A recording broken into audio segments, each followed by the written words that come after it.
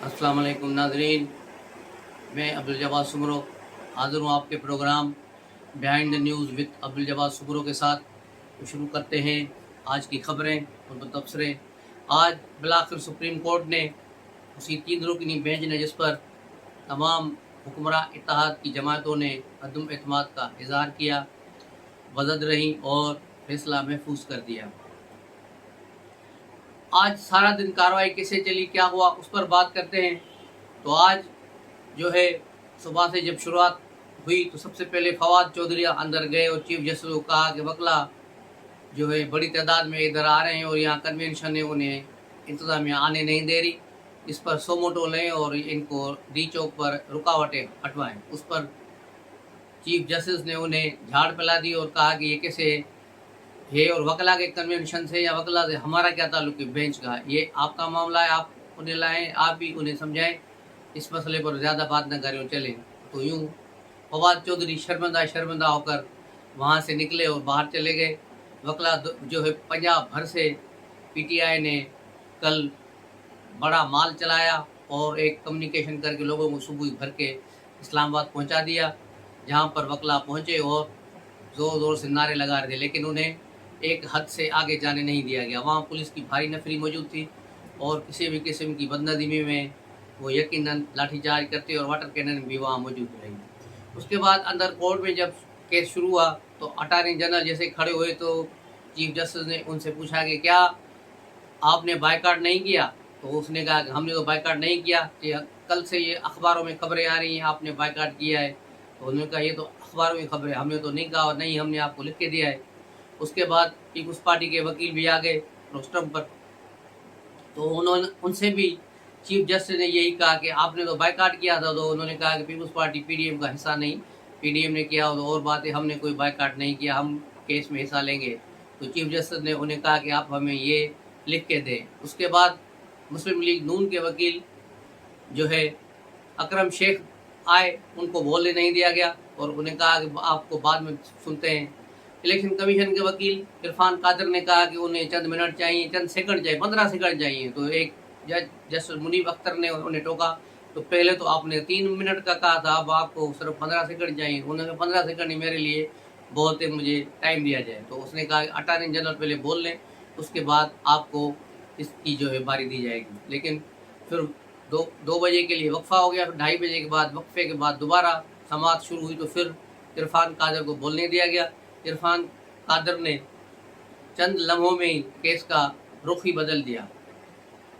इरफान कादर ने कहा कि सबसे पहले तो पंजाब के वज़ीर आला की ऑडियो लीक्स हो चुकी हैं, जिसमें वो बता रहे हैं कि वो उन्होंने असेंबली नहीं तोड़ी, बल्कि इमरान खान के प्रेशर में आकर असेंबली तोड़ी। और आइन और कानून ये किसी भी वज़ीर आला को या किसी को इजाज़त नहीं देता कि वो किसी के प्रेशर में आकर असेंबलियाँ तोड़े। तो ये सरे से असेंबलियाँ नहीं टूटी, उस सिलसिले में ये केस ही बेमानी है। इसलिए पंजाब असेंबली और केपी के असेंबलियों को बहाल करके जो है दोबारा इंतखाबात के इस बात से अलग होना चाहिए।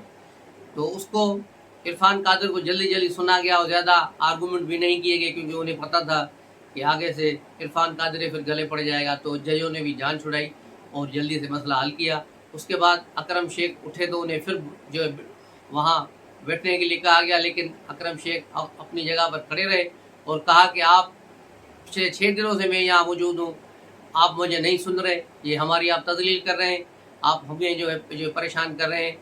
अगर कहें तो मैं फिर कालम लिख के आपको अपनी गुजारिशात भेजूं। तो जज ने, चीफ जस्टिस ने उन्हें कहा कि आप भले अपना रिटर्न में दलाल भेज दें, हम देख लेंगे। तो यूँ अकरम शेख को बोलने नहीं दिया गया, मुस्लिम लीग के वकील को, लेकिन पीटीआई के रहनुमा असद उमर को रोस्टर पर बुलाकर उसे 7-8 मिनट उसकी तकरीर सुनी गई और वो जजेस बड़े इनामात से और बड़े प्यार और मोहब्बत से, शफकत से असद उमर की तरफ देख रहे थे और बातें सुन रहे थे। और यही बस था कि पैसे कहीं से भी निकालो, 20 अरब रुपए दो और इलेक्शन कराओ। अगर फौज फारिग नहीं है तो एयरफोर्स और बहरिया को जो लाया जाए, उनको जो है ड्यूटियाँ लगाई जाए इलेक्शन की और इलेक्शन कराया जाए। तो जो आज कोर्ट का मूड लग रहा था वो इसी अंदाज में लग रहा था कि ये अपना माइंड पहले से जो बना हुआ है इनका उसी पे चलेंगे।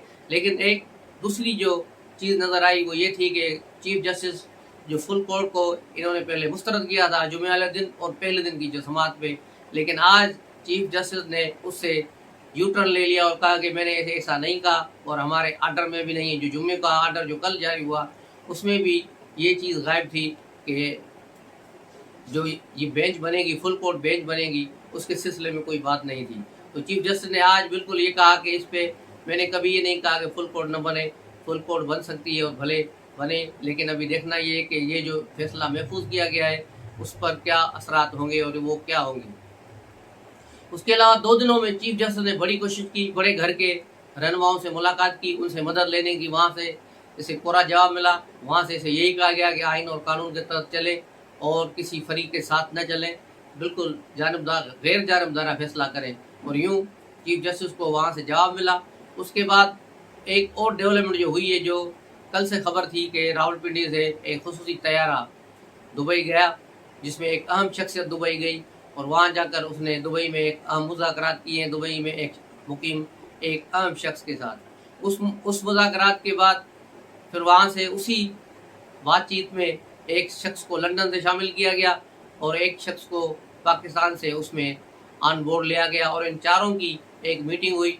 उसके असरात आज नज़र आए कि हुकूमत ने वो जो बाइकाट की पोजीशन ली थी, इंतहाई जो पोजीशन ली थी, उससे वो वापस आए और आज अदालत का जो है उन्होंने सामना किया। ये उसी कल की दुबई की मुलाकात का समर है और उसी समर है कि चीफ जस्टिस ने भी जो है फुल कोर्ट की जो बात पहले उसको मुस्तरद किया था, आज उससे मुकर गए। तो ये उसी तनाजुर में देखा जाएगा कि ये उस सिलसिले में बात है, लेकिन अब ये सिलसिला इस सारी मुलाकात का जो निचोड़ है वो यही निकलेगा। वो कल जो इसका 3 रुकनी बेंच का फैसला आएगा तो वही बताएगा कि बंदयाल अब इस बंद गली से निकलना चाहते हैं या नहीं चाहते। लेकिन एक बात क्लियर है और एक बात क्लियर अब जो सामने नज़र आ रही है वो यही है, हुकूमत और इस्टेब्लिशमेंट एक पेज पर है और वो किसी सूरत 2 सूबों के अलग इंतखाबात और 2 सूबों के और मरकज़ के अलग इंतखाबात कराने के हामी नहीं, और इंतखाबात किसी सूरत पर नहीं होंगे। अगर बंदयाल ने कोई फैसला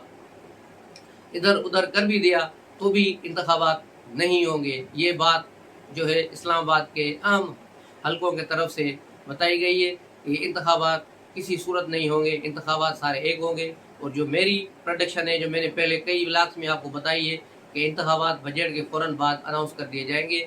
जैसे ही बजट पास होगा, मई के एंड में बजट आएगा, बजट पास होने के बाद ये है असेंबली डिज़ाल्व हो जाएगी, कौमी असेंबली, और फिर सूबाई असेंबलियाँ डिज़ाल्व हो जाएंगी और पूरे पाकिस्तान में इंतखाबात होंगे। हो सकता है ये जुलाई में हो जाए या अगस्त में उनकी डेट आ जाए, लेकिन अक्टूबर में नहीं होंगे, ये जुलाई अगस्त तक इंतखाबात हो जाएंगे। उसके अलावा एक और डेवलपमेंट हुई है, काजी फाइज ईसा ने रजिस्ट्रार को एक लंबा ख़त लिखा है और उससे वजाहत पूछी कि वो किस हैसियत से उसने सुप्रीम कोर्ट के एक बेंच के फैसले को सर्कुलर के ज़रिए जो है वापस किया है, उसकी वजाहत करें।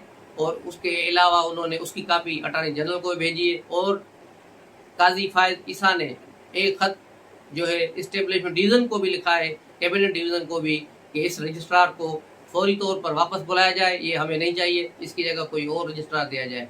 तो अब ये देखना ये है कि ये बाल किसकी हुकूमत की कोर्ट में वो रजिस्ट्रार को यहाँ से निकालते हैं या नहीं निकालते। ये रजिस्ट्रार जो है इमरान है और साबिक वज़ीर आज़म इमरान खान के प्रिंसिपल सेक्रेटरी आज़म खान के अंडर में इसने वहाँ काम किया था और प्राइम मिनिस्टर हाउस से इसे उठाकर सुप्रीम कोर्ट में लाया गया था ताकि ये इनकी सहूलतकारी करे।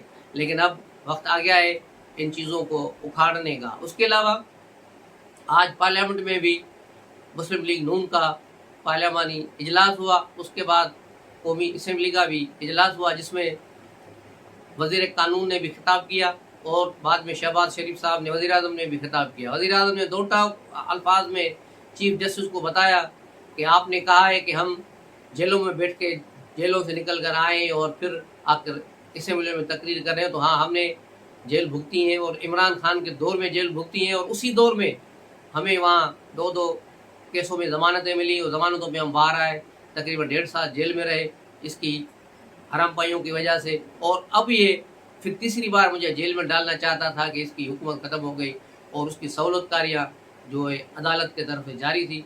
उन्होंने अदलिया को एक बार फिर तंबीह की है कि वो 3 रुकनी बेंच جو ہے فل کوर्ट बनाए اور फुल कोर्ट का ही फैसला फाइनल समझा जाएगा। उससे पहले अटॉर्नी जनरल ने भी आज सुप्रीम कोर्ट में एक पिटीशन दाखिल की, एक नई इसी केस में अपील दायर की कि अगर फुल कोर्ट आप नहीं बनाना चाहते तो कम से कम जिन 9 जजों ने ये केस सुना है उनको अलग करके बाकी जो 6 जजेस बचते हैं पीछे, उनकी सरबराही में वो बेंच बनाकर इस केस का फैसला सुनाया जाए। लेकिन लगता है इसे कि बंदयाल को बड़ी जल्दी है इमरान खान को इक़्तिदार में लाने की, सो किसी सूरत में वो पीछे नहीं हटेगा। और अब देखना ये है कि आगे क्या सूरत हाल है और क्या रंग खिलेंगे, और कल इसके फैसले आने के बाद ही कोई चीज़ बाहर सामने आ जाएगी और मज़ीद जो चीज़ें खुलेंगी और खुलकर सामने आएगी। इसके अलावा जैसे कोई नई खबर आती है तो हम आपको बिल्कुल लाइव सुना देंगे। इंशाल्लाह मिलते हैं अगले व्लॉग में, तब तक के लिए इजाज़त दीजिए। अस्सलाम वालेकुम।